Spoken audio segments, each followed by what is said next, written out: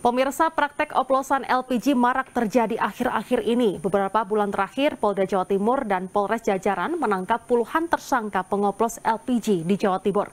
Bongkar praktek ilegal LPG oplosan akan dibahas di Dialog Titik Tengah bersama saya, Fatma Ayu.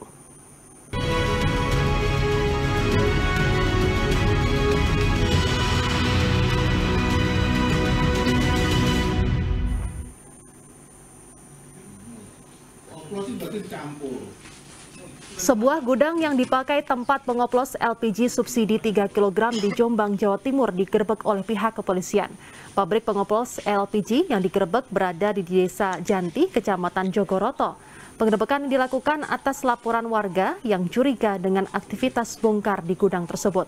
Dalam penggerebekan, polisi menemukan 116 tabung LPG 3 kg dalam keadaan kosong dan 252 buah tabung dalam keadaan terisi.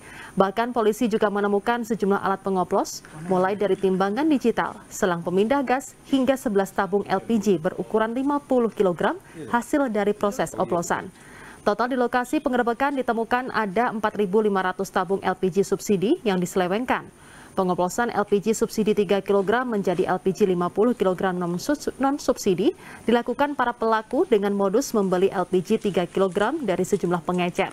Hasil kejahatan kemudian dijual ke sejumlah tempat di kawasan Surabaya dengan harga Rp450.000 hingga Rp500.000 per tabung. Bahkan dua orang pemilik pabrik yakni GS dan AW bisa mendapatkan untung sekitar Rp30 juta per bulan dari proses pengoplosan tersebut. Bisa dari tabung gas. Pemirsa, Anda menyaksikan Dialog Titik Tengah, kali ini membahas terkait dengan bongkar praktek ilegal oplosan LPG, dan sudah hadir di studio Metro TV Jawa Timur ada Pak Said Utomo selaku Ketua YLPK Jawa Timur. Selamat siang Pak Said. Selamat siang Mbak. Dan juga melalui sambungan Zoom ada Kasat Reskrim Polres Jombang yakni AKP Giadi Nugraha. Selamat siang Pak Giadi. Selamat siang, Mbak. Ya, saya ke Pak Giadi terlebih dahulu. Pak, bisa diceritakan awal terbongkarnya praktek oplosan LPG 50 kg ini seperti apa? Ya, baik. Selamat siang, pemirsa Metro TV. Jadi kami jelaskan dari Satreskrim Polres Jombang, ada program Pak Kapolda, yakni program lapor kepada polisi yakni Kandang ini. Kemudian ada masyarakat yang pada Jombang terkait dengan aktivitas mencurigakan di satu rumah yang berada di wilayah Polres Jombang terkait dengan bakar muat LPG.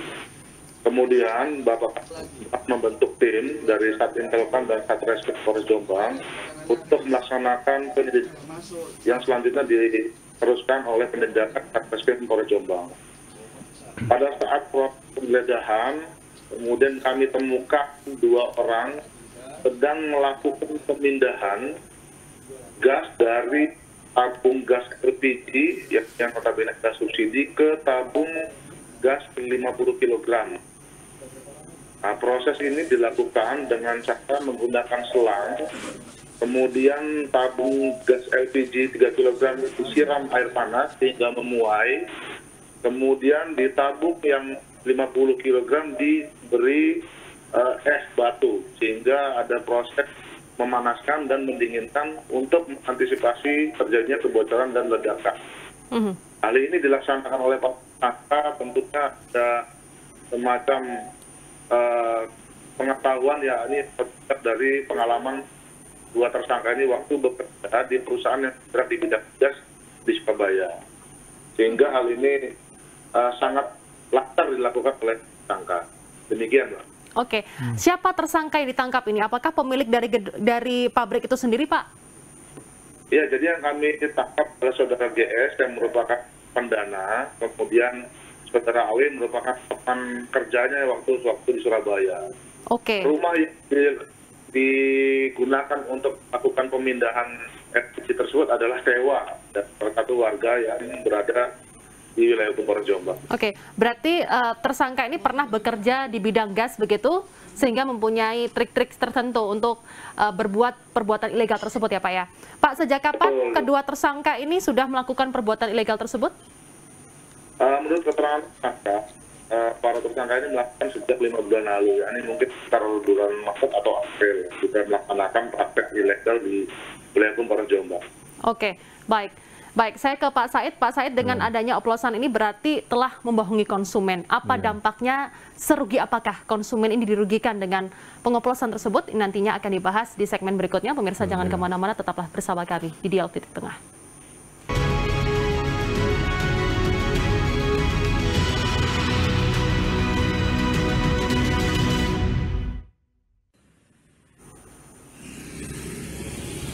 Pasca penggerebekan yang dilakukan aparat kepolisian, pabrik pengoplosan LPG 3 kg di Desa Janti, Kecamatan Jokoroto, Jombang terlihat sepi.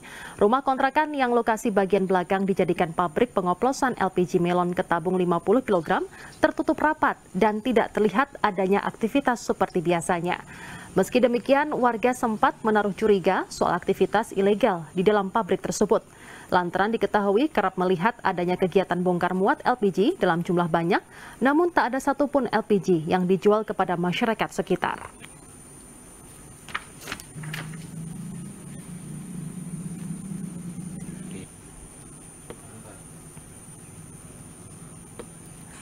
Pemirsa, Anda kembali menyaksikan Dialog Titik Tengah. Kali ini membahas terkait dengan bongkar praktek ilegal oplosan LPG dan masih bersama Pak Said Utomo, Ketua YLPK Jatim, dan sebelumnya ada AKP Giadi Nugraha, Kasat Reskrim Polres Jombang melalui sambungan Zoom. Oke, saya ke Pak Said. Pak Said, tentunya dengan pengoplosan LPG 50 kg yang isinya 3 kg, ini merugikan begitu. Dari sisi mana ini yang merugikan konsumen? Ya, pertama adalah saya harus mengapresiasi kepada kepolisian Jombang ya, yang dalam hal ini melakukan secara proaktif di dalam menegakkan peraturan perundang-undangan pelindungan konsumen. Nah, kerugian konsumen bukan berarti dalam arti korban, tapi hak konsumen yang seharusnya mendapatkan subsidi jadi terkurang. Jadi jumlah volume tabung LPG yang seharusnya didistribusikan pada orang yang tidak mampu akhirnya terkurang oleh penyalahgunaan semacam itu. Di samping konsumen ada yang rugi karena tidak mendapatkan hak karena kekurangan volume, juga anggaran negara dirugikan. Ini yang menyebabkan pemerintah atau negara teriak-teriak bahwa subsidi terlalu tinggi. Ternyata di lapangan banyak penyimpangan-penyimpangan semacam ini. Saya khawatir bahwa penyimpangan ini tidak hanya pada praktek-praktek ilegal, tapi terutama yang legal-legal juga perlu diselidiki. Jadi pemerintah dalam hal ini, penegak hukum, tidak harus menunggu laporan konsumen, tidak harus menunggu korban dulu. Jadi harus proaktif, di mana yang harus dicurigai melanggar undang-undang, peraturan perundang-undang, ya itu harus dilacak, harus diinvestigasi gitu loh. Jangan menunggu kerugian dulu. Berarti ini Anda melihat bahwa untuk subsidi LPG 3 kg ini kurang tepat sasaran, sehingga banyak penyelewengan di dalamnya, baik itu oplosan maupun tidak tepat sasaran kepada orang yang tidak mampu dan lain sebagainya. Ya, tidak tepat sasaran karena diselewengkan oleh pihak-pihak yang dapat tanggung jawab gitu loh, oleh pelaku usaha yang ditangkap itu. Nah, tidak tepatan berdasarkan karena data juga bisa, ya. Tapi ini adalah kena penyimpangan karena ada satu niatan tidak baik, niat jahat gitu loh. Artinya mengambil keuntungan dari sisi keuntungan orang yang berhak yang menerima, akhirnya dirampas oleh dia gitu loh.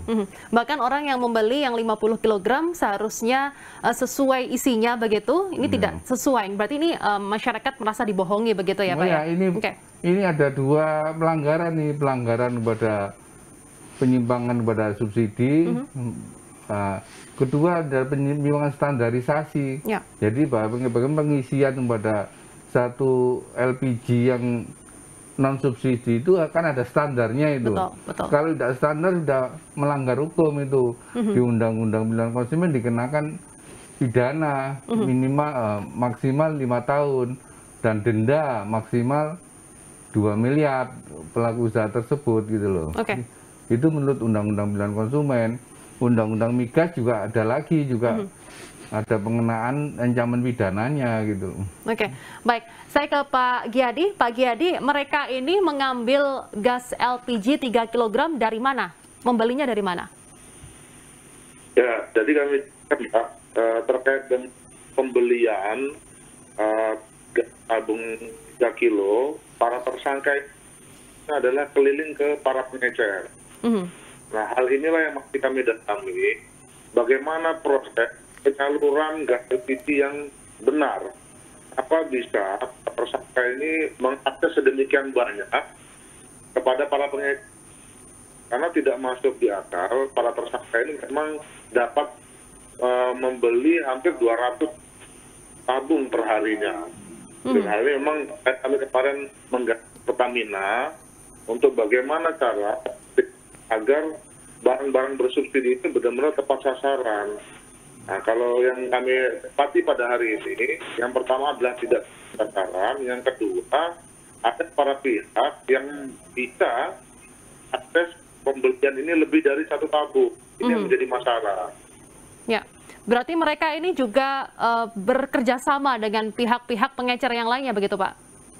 Kami belum dapat simpulkan hari ini terkait apakah para tersangka punya kerjasama khusus. Daerah mana saja? Mereka ini mengambil barang dari daerah mana saja? Pengakuan tersangka di wilayah Jombang. Memang secara kuantitatif di wilayah hukum Polres Jombang memang itu memang ada gitu. Hanya memang karena praktek ini di beberapa desa akan mengalami kelangkaan.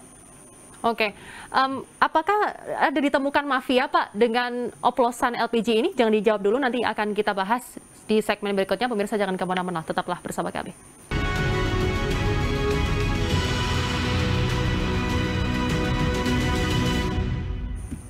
Baik, saya langsung saja ke AKP Giadi. Pak Giadi, apakah ini ada disinyalir ada mafia di dalamnya, terutama untuk pengoplos gas LPG? Yang pertama kami terkait dengan atau tidak, kami masih belum simpulkan hari ini kan. Sebutan mafia itu kan tentunya ada beberapa dengan harus diungkap. Gitu.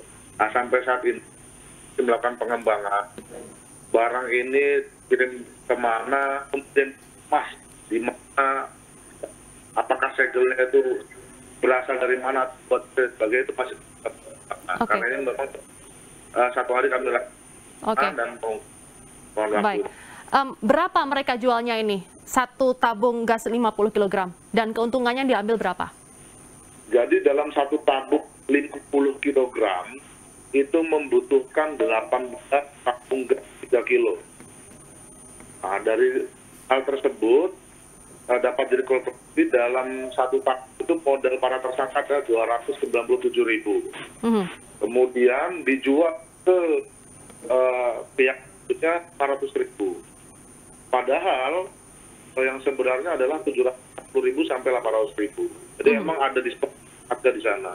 Itulah menjadi peluang-peluang bagi pelaku kejahatan karena memang disparitasnya jauh antara yang subsidi dan non-subsidi. Berarti seharusnya pembeli juga sudah tahu ya bahwa ada perbedaan harga yang begitu signifikan, kok tidak curiga. Ini juga harus diperhatikan begitu untuk pembelinya sendiri, Pak Giadi. Kita nggak tahu pembeli masyarakat ini membeli dalam harga yang normal atau harga yang tidak normal. Yang bersangkutan dijual juga ke pihak selanjutnya yang merupakan penjual juga. Jadi kita belum bisa simpulkan masyarakat ini sebenarnya tahu atau tidak. Namun dapat kita yakini hari ini kalau terkait berat memang sesuai 50 kg. Hanya kemasannya ya apakah itu asli atau tidak masih kita dalami juga. Baik. Saya ke Pak Said. Pak Said, ini pengecer atau maksud kami yang pengoplos ini membeli LPG 3 kg dalam jumlah yang sangat besar, perharinya ada 200 LPG. Berarti ini ada pengawasan dari pemerintah yang kurang tepat sasaran dan apakah ini harus dibatasi begitu dalam pembelian LPG 3 kg agar tidak ada penyelewengan lagi? Seharusnya dibatasi karena itu subsidi, sudah jelas kan peruntukannya untuk masyarakat miskin 3 kg. Nah itu seharusnya sudah curiga, jadi memang ini tidak bisa kerja sendiri, harus ini sudah kena pasal 55 ini kerjasama ini. Jadi pengawasan di dalam Undang-Undang Pemilihan Konsumen untuk barang beredar masyarakat dan semacam kami ya, LPKSM itu barang yang beredar yang jadi saja, nggak bisa masuk pada hulunya. Nah, pemerintah dalam aparat penegak hukum itu bisa masuk ke dalam proses pengadaan bahan baku itu dari mana, ilegal atau enggak, atau dari mana itu harus ke sana. Kalau kami tidak bisa mempertanyakan itu, cuma mengawasi barang yang sudah dijual. Tapi masuk ke dalam satu proses pengadaan bahan baku itu dari mana itu pemerintah. Dalam hal ini PPNS. PPNS itu kan ada di departemen-departemen. Seharusnya PPNS itu yang lebih bergerak, lebih dulu aktif. Seharusnya itu. Berarti Anda melihat pemerintah saat ini tidak proaktif begitu? Tidak aktif lah, tidak aktif sampai polisi yang menangani itu menunjukkan bahwa PPNS nggak jalan gitu loh. Padahal PPNS ini memang tugasnya untuk meneliti hal-hal semacam itu. Kalau memang ada satu penjualan LPG 3 kg, tapi untuk diproses lagi, pengadaan lagi seperti ini, seharusnya sudah dicegah oleh PPNS. Berarti ada pertanyaan apakah di dalamnya juga terlibat begitu ya Pak ya? Nah itu polisi harus mengembangkan, harus mendalami pada satu proses kerjasama ini. Mulai 1 September 2022 ini wacananya BBM akan dinaikkan oleh pemerintah pusat. Namun untuk LPG sendiri masih belum tahu apakah ikut naik atau tidak. Tapi yang jelas 10 Juli yang lalu memang harga LPG sendiri yang bukan subsidi ini memang dinaikkan oleh pemerintah. Apa yang harus diantisipasi oleh pemerintah juga, termasuk juga masyarakat, dengan naiknya harga BBM dan untuk LPG sendiri yang memang belum tahu naik atau tidak, ini agar kalau harga-harga yang lain naik, ini kan juga mempengaruhi perekonomian di masyarakat, sehingga mempengaruhi terjadinya hal-hal yang tidak diinginkan seperti pengoplosan dan lain sebagainya. Apa yang harus diantisipasi ini Pak Said? Ya, memang dari Pertamina sendiri, kalau memang dia kerjasama dengan agen-agen, harus ada fakta integritasnya. Tidak boleh ada penyimpangan semacam ini, penyimpangan pasar namanya, harus jelas gitu loh. Tidak mau melanggar ini, agar mereka itu komitmen.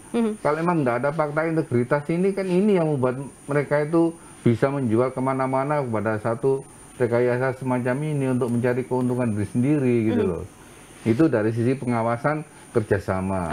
Terus PPNS juga harus aktif, Dinas Perdagangan, dari PPNS, Kementerian SDM, dan sebagainya. Tidak perlu nunggu laporan konsumen yang dirugikan. Kenapa? Konsumen tidak merasa dirugikan gitu loh. Walaupun dia beli satu tabung, padahal itu isinya adalah satu tabung dari subsidi.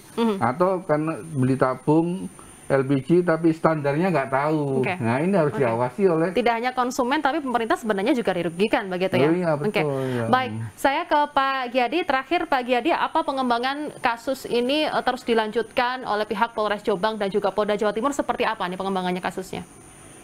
Ya, saat ini kami melakukan barang ini kepada siapa, kemudian dikemas seperti apa, dan kemasan ini berasal dari mana. Nama barang yang dijual itu Pak. Nah ini kemasan ini ini juga palsu gitu loh. Nah ini masih kami dalami, kami masih melakukan pengembangan ke suatu daerah di Jawa Timur. Nanti pasti kami update hasil dari pengembangan yang kami lakukan. Antisipasinya agar kasus ini tidak terjadi lagi seperti apa Pak Giyadi? Ya, antisipasinya kami harapkan agen atau diberikan kepercayaan oleh Pertamina untuk betul-betul menyeleksi para pembeli. Karena memang dari gas LPG sudah jelas tulisan adalah untuk masyarakat kalangan tertentu. Dan memang sudah ada standar pada siapa harus. Kemudian kalau kuantitinya mungkin Pertamina lah yang mempunyai SOP kepada agen.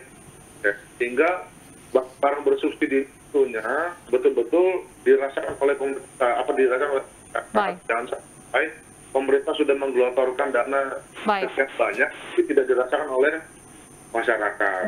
Baik, semoga ini menjadi cerminan juga dan juga menjadi pelajaran agar pemerintah bisa mengawasi dengan ketat dan juga pihak kepolisian bisa menangkap pelaku-pelaku yang lain yang mengoplos LPG.